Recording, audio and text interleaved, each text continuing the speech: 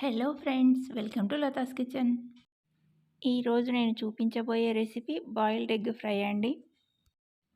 Boiled ఎగ్స్తో ఎప్పుడూ చేసే gravy కర్రీయే కాకుండా ఇలా డ్రైగా ఉండే బాయిల్డ్ ఎగ్ ఫ్రై కూడా చాలా బాగుంటుందండి. టేస్టీ అయిన ఈ బాయిల్డ్ ఎగ్ ఫ్రైని 5 మినిట్స్లో ఈజీగా ప్రిపేర్ చేసుకోవచ్చండి. ఓసారి బాయిల్డ్ ఎగ్స్తో ఇలా ట్రై చేసి టేస్ట్ చేసి చూడండి, చాలా బాగుంటుంది. ఈ కర్రీ చపాతీలోకి ఇంకా వైట్ రైస్లోకి చాలా బాగుంటుందండి.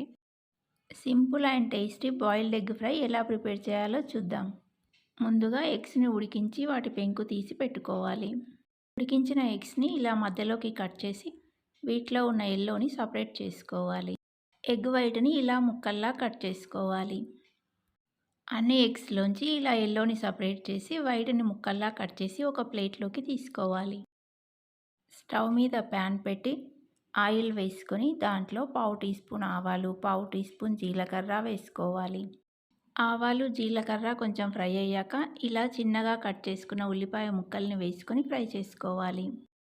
నేను ఇక్కడ 5 బాయిల్డ్ ఎగ్స్కి 4 మీడియం సైజ్ ఉల్లిపాయల్ని ఇలా చిన్న ముక్కల్లా కట్ చేసి వేస్తున్నానండి. ఉల్లిపాయ ముక్కల్లో సాల్ట్ వేసుకొని కలుపుకుందామండి. ఇలా సాల్ట్ వేయడం వల్ల ఉల్లిపాయ ముక్కలు త్వరగా ఫ్రై అవుతాయి. నేను మొత్తం కర్రీకి సరిపడా సాల్ట్ ఇప్పుడే వేసానండి. ఉల్లిపాయ ముక్కలు బాగా ఫ్రై అయ్యి ఇలా కలర్ చేంజ్ అయ్యాక పావు టీ స్పూన్ పసుపు, 1 టీ స్పూన్ అల్లం వెల్లుల్లి పేస్టు వేసుకోవాలి. అల్లం వెల్లుల్లి పేస్ట్ పచ్చివాసన పోయి ఎర్రగా అయ్యే వరకు ఫ్రై చేసుకోవాలండి. ఉల్లిపాయ ముక్కలు ఇంకా అల్లం వెల్లుల్లి పేస్ట్ బాగా ఫ్రై అయ్యాక 1 టేబుల్ స్పూన్ కారం, పావు టీ స్పూన్ గరం మసాలా పొడి, 1 టీ స్పూన్ ధనియాల పొడి వేసి కలుపుకోవాలి.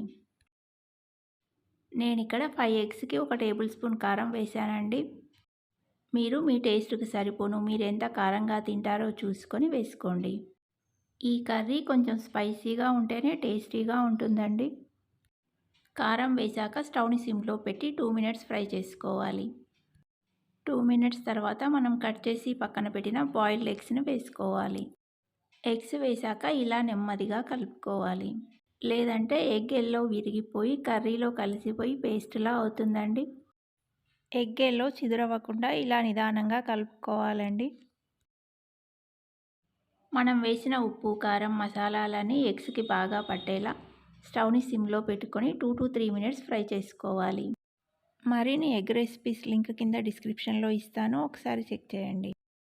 ఇలా 2-3 మినిట్స్ ఫ్రై చేశాక కొత్తిమీర తరుగు వేసుకొని కలుపుకుంటే టేస్టీ అయిన బాయిల్డ్ ఎగ్ ఫ్రై రెడీ. కొత్తిమీర తరుగు వేశాక దీనిపై మూత పెట్టి 5 మినిట్స్ తర్వాత సర్వ్ చేసుకోవాలి. ఈ కర్రీతో చపాతీ కానీ లేదంటే వైట్ రైస్తో ఇలా కలుపుకొని తింటే సూపర్గా ఉంటుంది.